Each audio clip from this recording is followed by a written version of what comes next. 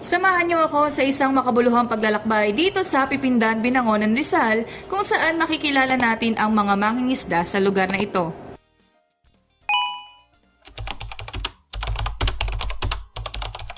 Ang Pipindan ay isang barangay sa Binangonan, Rizal na kilala sa kabuhayan bilang mga mangingisda. Ayon sa datos mula sa 2020 census, ang barangay Pipindan ay may kabuuang populasyon ng 1,928 katao. Bukod sa ang pangingisda ay ang kanilang pangunahing hanap buhay, ito rin ay pamana ng kultura at tradisyon ng mga nakalipas na henerasyon. Gano'n na po kayo katagal nangingisda? Matagal na. Mga 50 taon na. Tapos mga isda na. Akin ding inalam kung ano ang madalas na isda ang nahuhuli ni Tatay Donato. Ano po kadalasan na nahuhuli niyo mga isda dito? Kung ano ba, bigil. Tilapia. Ano nga. Ang may bahay naman ni Tatay Donato na si Nanay Anita ay ganun rin ang kanilakihang pamumuhay. Ito, alam mo ba, ganito ang trabaho ng nanay ko nung araw.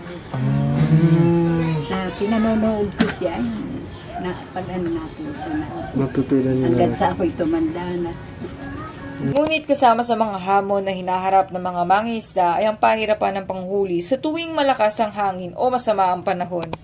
Pero ayon kay Tatay Toto, kahit sa pagkakataon ng masamang panahon o bagyo ay pinagtitiyagaan pa rin nila na manghuli. Kahit na sabihin mong maadon, basta may isda, nakikiraan ng mga isda. Ang mahirap lang talaga, yung walang mahuli. Pero kahit na sabihin mong malakas ang hangin, basta may nahuhuli, nakikiraan.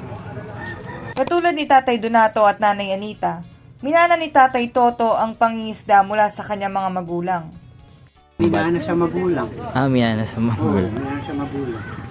Tapos ang tatay ko, mga isda, kaya manak, gano'n. Ang Laguna de Bay ay buhay para sa maraming mangingisda. Isang pamana na hindi lamang hanap buhay, kundi isang tradisyon na ipinapasa mula henerasyon hanggang henerasyon. Salamat sa pagsama at sa pakikinig sa mga kwento ng buhay ng mga mangingisda. Hanggang sa muli!